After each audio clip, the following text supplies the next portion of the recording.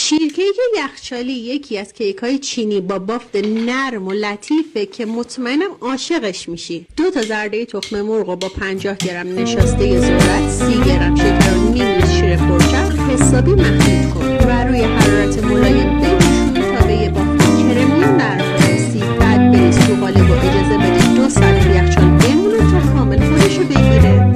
شیرکیک یخچالی یکی از کیک‌های چینی با بافت نرم و لطیفه که مطمئنم عاشقش میشی. 2 تا زرده تخم مرغ با 50 گرم نشاسته ذرت، 30 گرم شکر و نیم لیتر شیر پرچرب حسابی مخلوط کن و روی حرارت ملایم بجوشون تا به یه بافت کرمی و نرم برسی. بعد بریز تو قالب و اجازه بده 2 ساعت تو یخچال بمونه تا کامل خودشو بگیره. شیرکیک یخچالی یکی از کیک‌های چینی با بافت نرم و لطیفه که مطمئنم عاشقش میشی. 2 تا زرده تخم مرغ با 50 گرم نشاسته ذرت، 30 گرم شکر و نیم لیتر شیر پرچرب حسابی مخلوط کن و روی حرارت ملایم بجوشون تا به یه بافت کرمی و نرم برسی. بعد بریز تو قالب و اجازه بده 2 ساعت تو یخچال بمونه تا کامل خودشو بگیره.